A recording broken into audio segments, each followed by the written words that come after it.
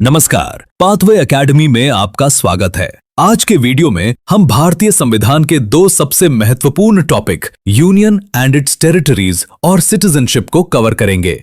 हम आपके लिए टॉप 50 महत्वपूर्ण प्रश्न लेकर आए हैं जो आपकी प्रतियोगी परीक्षाओं के लिए बेहद उपयोगी साबित होंगे। तो चलिए अपनी तैयारी को मजबूत करते हैं और वीडियो शुरू करते हैं। Question number 1, Which part of the Indian Constitution deals with the Union and its territory? यानी भारतीय संविधान का कौन सा भाग संघ और उसके राज्य क्षेत्र से संबंधित है? So the correct answer is option A, Part 1. संविधान का भाग 1 के अनुच्छेद 1 से 4 तक भारत को राज्यों का संघ घोषित करता है।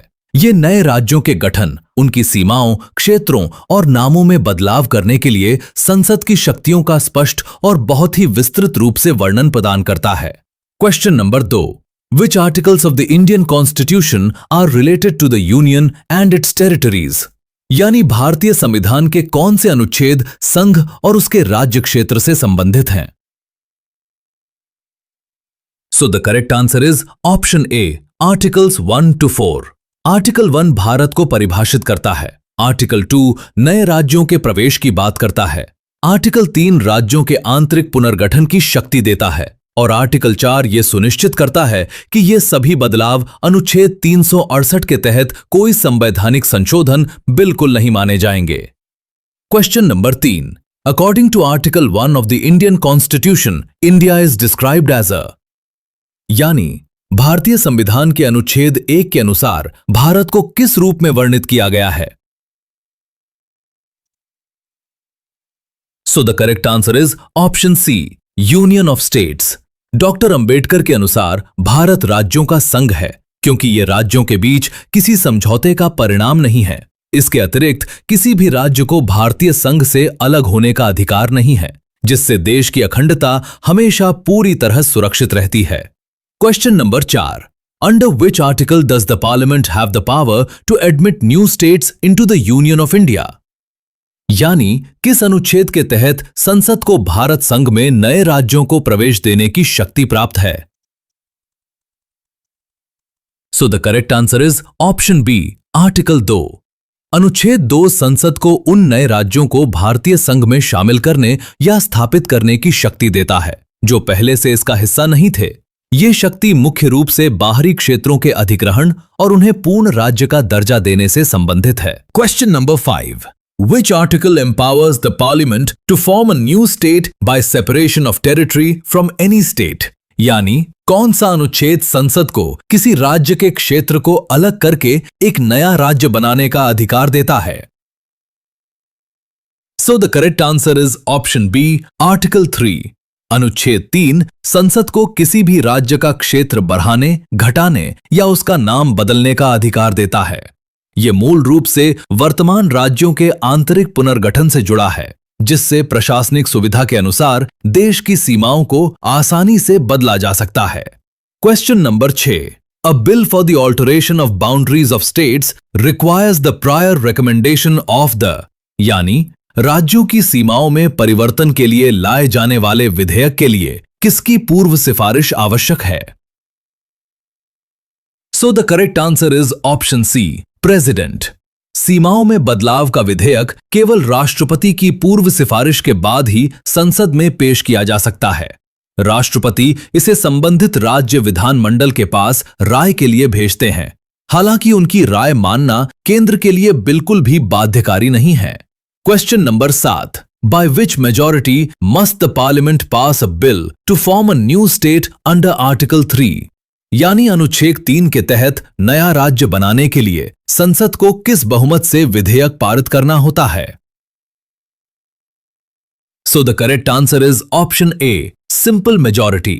अनुच्छेद 3 के तहत नए राज्य के गठन या सीमाओं में बदलाव के लिए संसद में केवल साधारण बहुमत यानी सिंपल मेजॉरिटी की आवश्यकता होती है।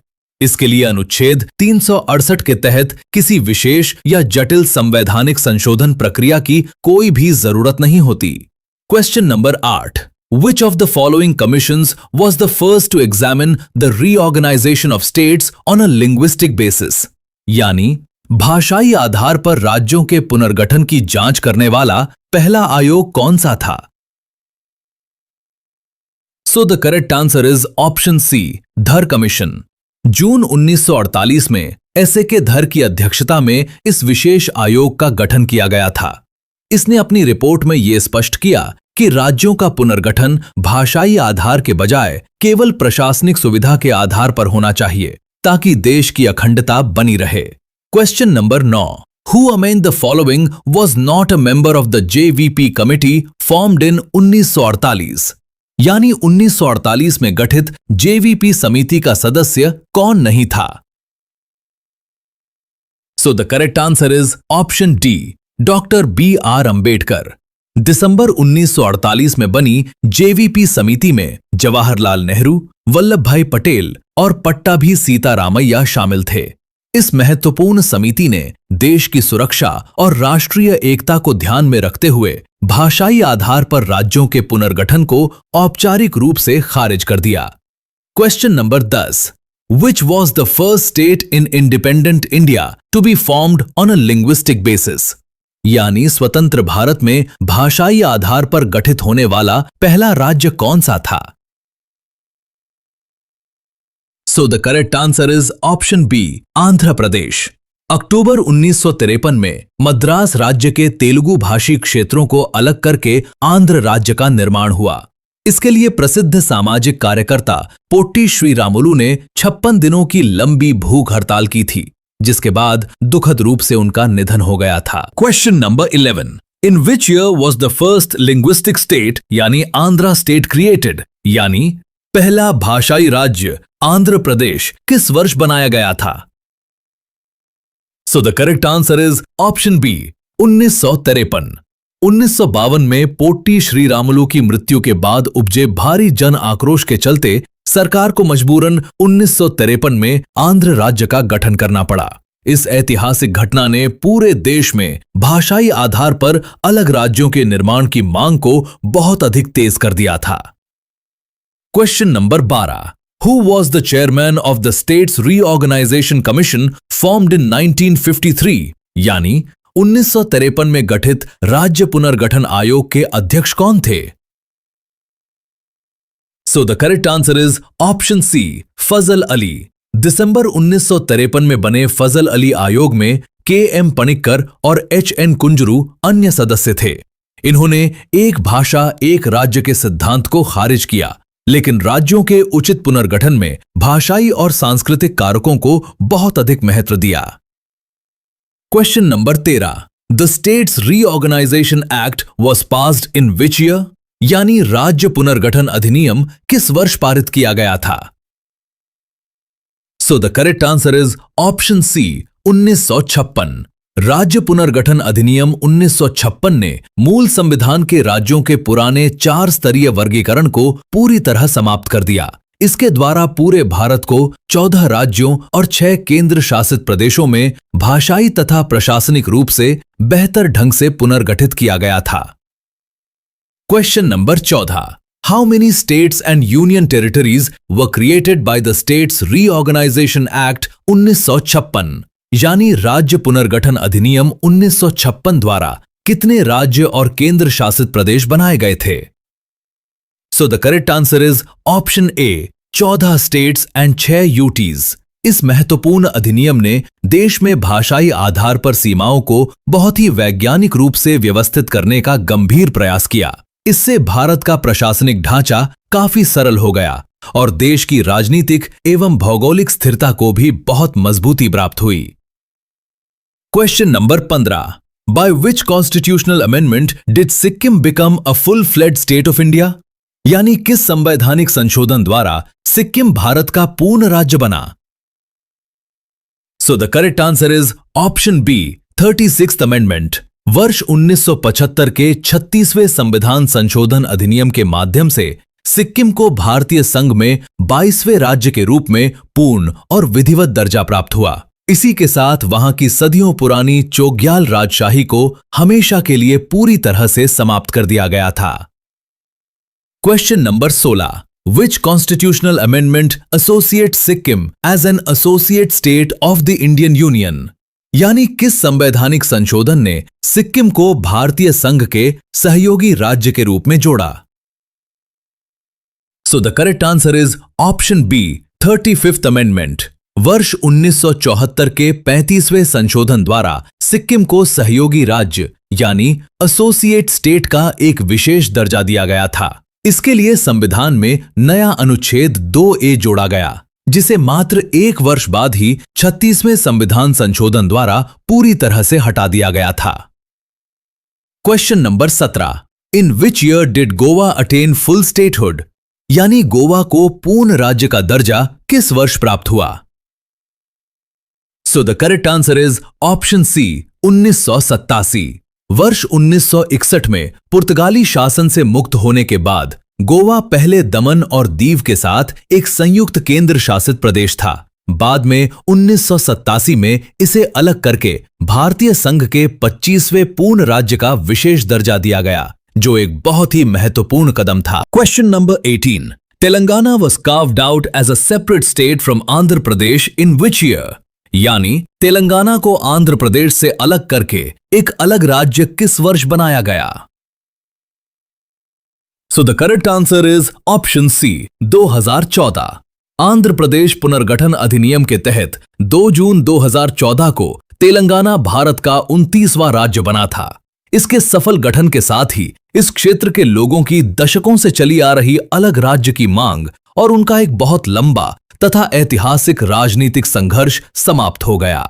Question number 19, which constitutional amendment designated Delhi as the national capital territory?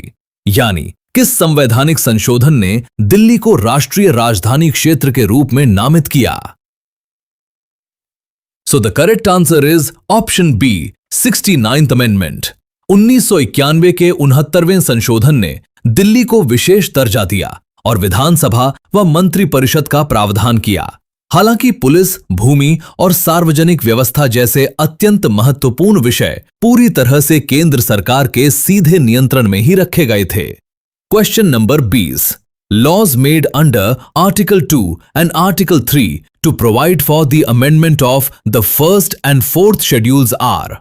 यानी अनुच्छेद 2 और 3 के तहत प्रथम और चौथी अनुसूची में संशोधन करने वाले कानून क्या हैं? So the correct answer is option B, not considered constitutional amendments under article 368। ये कानून अनुच्छेद 368 के तहत संवैधानिक संशोधन नहीं माने जाते हैं, क्योंकि इन्हें संसद में केवल साधारण बहुमत से आसानी से पारित किया जा सकता है। इन बदलावों के लिए किसी भी विशेष या जटिल संवैधानिक संशोधन प्रक्रिया की बिल्कुल आवश्यकता नहीं होती। Question number 21, Chhattisgarh was carved out of which state in the year 2000? यानी छत्तीसगढ़ को वर्ष 2000 में किस राज्य से अलग करके बनाया गया था? So the correct answer is option C, Madhya Pradesh. नवंबर 2000 में क्षेत्रीय विकास कार्यों को बहुत अधिक गति देने के उद्देश्य से भारत में 3 नए राज्य बनाए गए थे। इनमें मध्य प्रदेश से अलग होकर छत्तीसगढ़, उत्तर प्रदेश से अलग होकर उत्तराखंड और बिहार से अलग होकर झारखंड का सफल निर्माण किया गया था। Question number 22, which among the following was a पुर्तगाली colony before joining the Indian union? यानी भारतीय संघ में शामिल होने से पहले इनमें से कौन सा क्षेत्र पुर्तगाली उपनिवेश था? So the correct answer is option C, Goa. पुर्तगालियों ने वर्ष 1510 में गोवा पर अपना अधिकार जमाया था। 1961 में ऑपरेशन विजय नामक एक बेहद सफल सैन्य अभियान के जरिए भारतीय सेना ने गोवा, दमन और दीव को सदियों पुराने पुर्तगाली शासन से हमेशा के लिए पूरी तरह से मुक्त करा लिया था। Question number 23, the French settlement of Puducherry was set to India in which year? यानी पुडुचेरी की फ्रांसीसी बस्ती को भारत को किस वर्ष सौंपा गया था?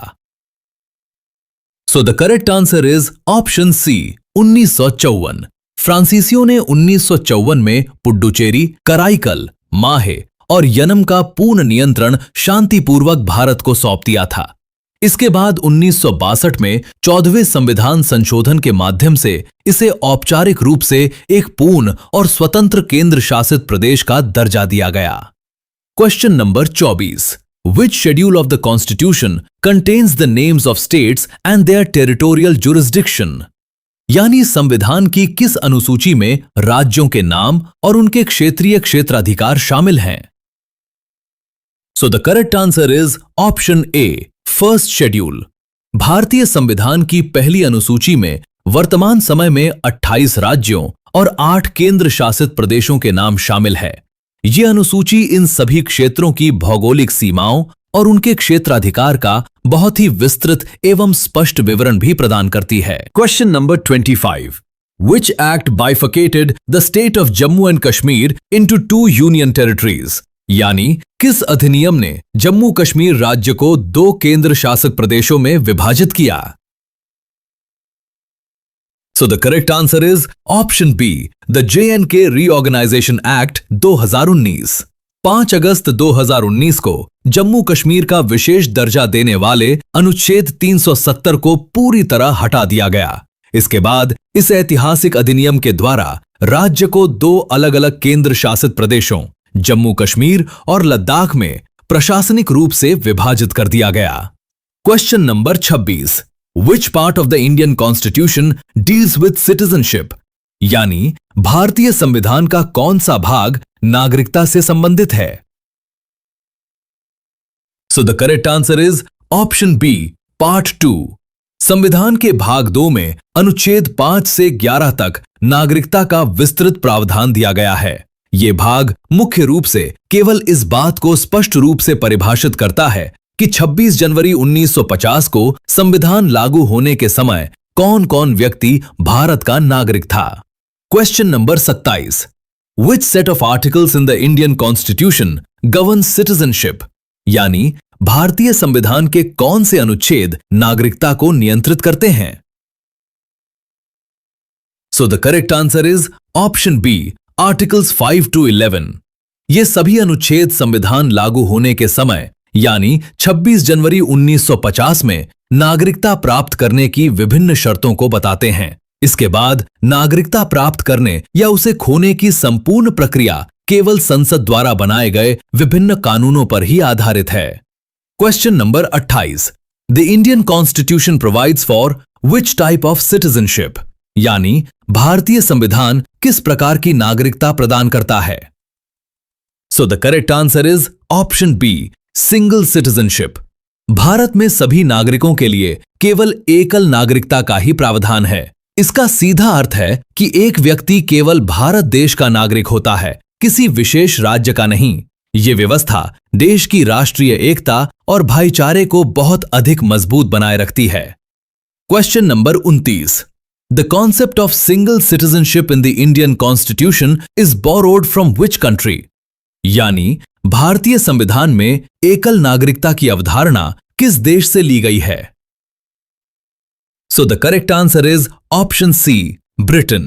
अमेरिका जैसे कई देशों में दोहरी नागरिकता यानी देश और राज्य की अलग अलग का प्रावधान होता है, लेकिन भारत ने क्षेत्रीय अलगाववाद को रोकने और पूरे देश में समानता को बढ़ावा देने के लिए सोच समझकर ब्रिटिश मॉडल की इस एकल नागरिकता को अपनाया है। Question number 30.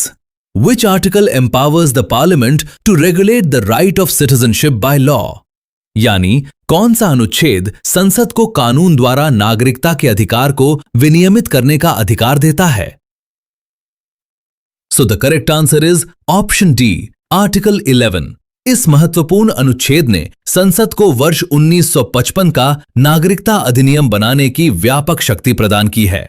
इसी अधिनियम के माध्यम से भविष्य में नागरिकता प्राप्त करने और उसे खोने के सभी विस्तृत और आवश्यक नियम स्पष्ट रूप से तय किए जाते हैं। Question number 31. The Citizenship Act, which provides for acquisition and loss of citizenship, was first passed in which year? यानी नागरिकता अधिनियम जो नागरिकता प्राप्त करने और खोने का प्रावधान करता है, पहली बार किस वर्ष पारित किया गया था? So the correct answer is option C, 1955। यह प्रमुख अधिनियम समय की आवश्यकता अनुसार संसद द्वारा समय समय पर संशोधित किया जाता रहा है।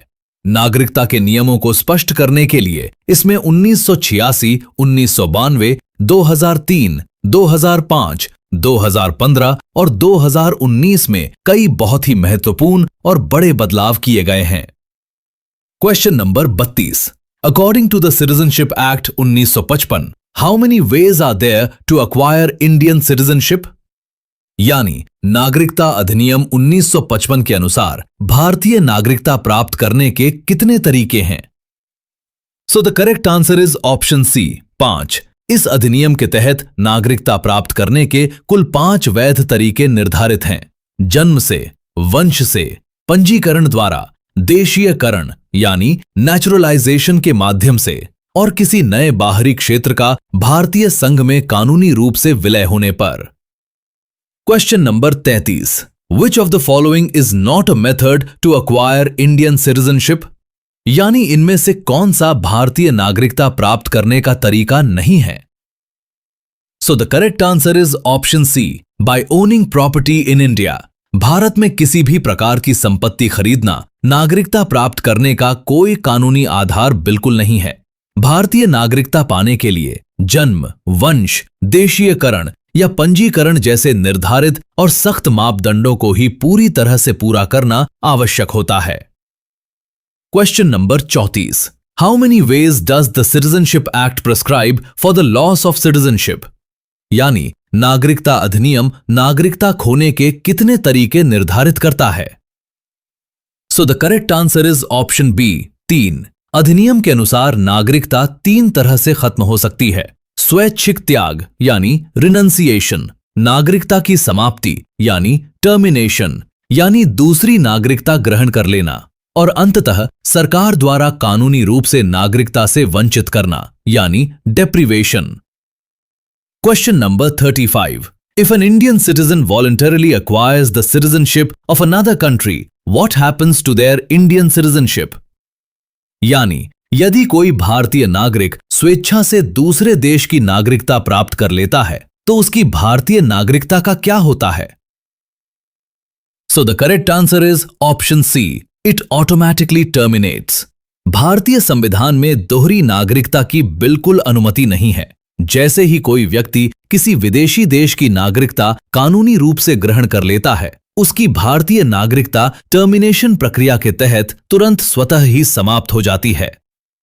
Question number 36। Which article deals with the rights of citizenship of certain persons who migrated to India from Pakistan? यानी कौन सा अनुच्छेद पाकिस्तान से भारत आए कुछ लोगों के नागरिकता अधिकारों से संबंधित है?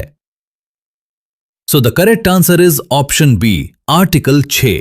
इस अनुच्छेद में उन सभी लोगों की नागरिकता के लिए विशेष नियम शामिल थे जो ऐतिहासिक विभाजन के दौरान 19 जुलाई 1948 से पहले या उसके ठीक बाद पाकिस्तान से पलायन करके सुरक्षित रूप से भारत आ गए थे और यहीं बसने का उन्होंने निर्णय लिया था। Question number 37। Deprivation of citizenship by the central government is most commonly applicable to a citizen who acquired it by. यानी केंद्र सरकार द्वारा नागरिकता से वंचित करना सबसे अधिक उन नागरिकों पर लागू होता है जिन्होंने इसे प्राप्त किया है। So the correct answer is option D, naturalization और registration।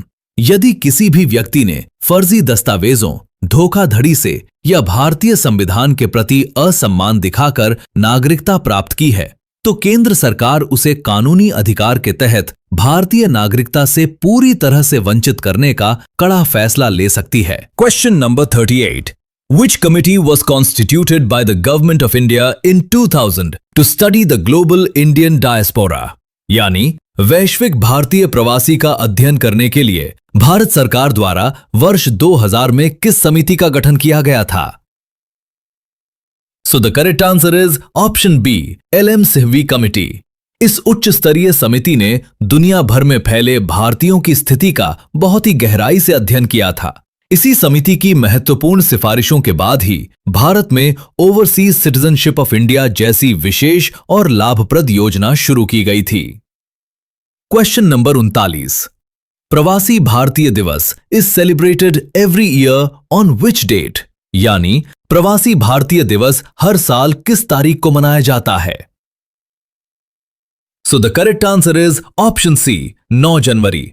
9 जनवरी 1915 को राष्ट्रपिता महात्मा गांधी अपने लंबे संघर्ष के बाद दक्षिण अफ्रीका से वापस भारत लौटे थे। देश के विकास में प्रवासी भारतीयों के शानदार योगदान को सम्मानित करने के लिए ही हर साल इसी विशेष तारीख को यह दिवस मनाया जाता है। Question number 40। In which year was the person of Indian origin card scheme merged with the OCI card holder scheme? यानी PIO कार्ड योजना को OCI कार्ड धारक योजना के साथ किस वर्ष मिला दिया गया था? So the correct answer is option C, 2015। Bharat सरकार ने 2015 में प्रशासनिक जटिलताओं को कम करने के लिए दोनों पुरानी योजनाओं का विलय कर दिया। इसके बाद एक नई OCI कार्ड योजना शुरू की गई, जिससे प्रवासी भारतीयों के लिए वीजा और यात्रा की प्रक्रिया बहुत अधिक सरल और पारदर्शी हो गई। Question number 41। Article 5 of the constitution granted citizenship at the commencement of the constitution based primarily on, यानी संविधान के अनुच्छेद 5 ने संविधान के प्रारंभ में नागरिकता दी थी, जो मुख्य रूप से आधारित थी। So the correct answer is option B, domicile in India। अनुच्छेद 5 मुख्य रूप से उन सभी लोगों के अधिकारों के लिए बनाया गया था जो 26 जनवरी 1950 को संविधान लागू होने के समय भारत के स्थायी निवासी थे और जिनका जन्म भी भारतीय क्षेत्र के भीतर ही हुआ था। Question number 42। Which union ministry is the nodal authority for registering a person as a citizen of India? यानी किसी व्यक्ति को भारत के नागरिक के रूप में पंजीकृत करने के लिए कौन सा केंद्रीय मंत्रालय नोडल प्राधिकरण है? So the correct answer is option B, ministry of home affairs. Bharat में नागरिकता से संबंधित सभी कानूनी और प्रशासनिक मामले, विदेशियों के वीजा संबंधी नियम और नागरिकता पंजीकरण का संपूर्ण कार्य सीधे तौर पर केंद्रीय गृह मंत्रालय यानी मिनिस्ट्री ऑफ होम अफेयर्स के पूर्ण अधिकार क्षेत्र और नियंत्रण के अधीन आता है। Question number 43। A person born in India on or after 26 January 1950 but before 1 July 1987 is a citizen of India by, यानी 26 जनवरी 1950 को या उसके बाद लेकिन 1 जुलाई 1987 से पहले भारत में जन्मा व्यक्ति नागरिक है। So the correct answer is option C, birth irrespective of the nationality of parents. इस विशेष अवधि के दौरान भारत की सीमा के भीतर जन्म लेने वाला कोई भी बच्चा कानूनी रूप से जन्म से ही भारतीय नागरिक माना जाता था, चाहे उस समय उसके माता पिता किसी भी विदेशी देश के ही नागरिक क्यों न रहे हों। ये नियम सभी पर लागू था। Question number 44। If a new foreign territory becomes part of India, who decides which persons from that territory shall be citizens of India? यानी यदि कोई नया विदेशी क्षेत्र भारत का हिस्सा बनता है तो यह कौन तय करता है कि उस क्षेत्र के कौन से व्यक्ति भारत के नागरिक होंगे? So the correct answer is option B, the government of India. नागरिकता अधिनियम 1955 के तहत ये शक्ति केवल केंद्र सरकार के पास है। सरकार ही आधिकारिक अधिसूचना जारी करके ये निर्धारित करती है कि नए विलय किए गए क्षेत्र के किन निवासियों को पूर्ण रूप से भारतीय नागरिकता प्रदान की जाएगी। Question number 45। Which of the following statements about an overseas citizen of India card holder is correct? यानी overseas citizen of India card धारक के बारे में निम्नलिखित में से कौन सा कथन सही है? So the correct answer is option C. They do not require a visa to visit India. OCI card धारकों को आजीवन भारत आने जाने के लिए पूरी तरह से वीजा मुक्त यात्रा की शानदार सुविधा मिलती है। हालांकि उन्हें भारत में मतदान करने, चुनाव लड़ने या किसी भी प्रकार का संवैधानिक पद संभालने का कोई भी कानूनी अधिकार बिल्कुल नहीं होता। Question number 46। Which fundamental rights are available to Indian citizens but not to foreigners? यानी कौन से मौलिक अधिकार भारतीय नागरिकों के लिए उपलब्ध हैं लेकिन विदेशियों के लिए नहीं? So the correct answer is option B. Article 15, 16, 19, 29 and 30। धर्म, मूल वंश, जाति या लिंग के आधार पर भेदभाव का कड़ा निषेध, सार्वजनिक रोजगार में अवसर की समानता और अल्पसंख्यकों के सांस्कृतिक एवं शिक्षा संबंधी विशेष अधिकार केवल और केवल भारतीय नागरिकों को ही पूर्ण रूप से प्राप्त हैं, विदेशियों को नहीं। Question number 47।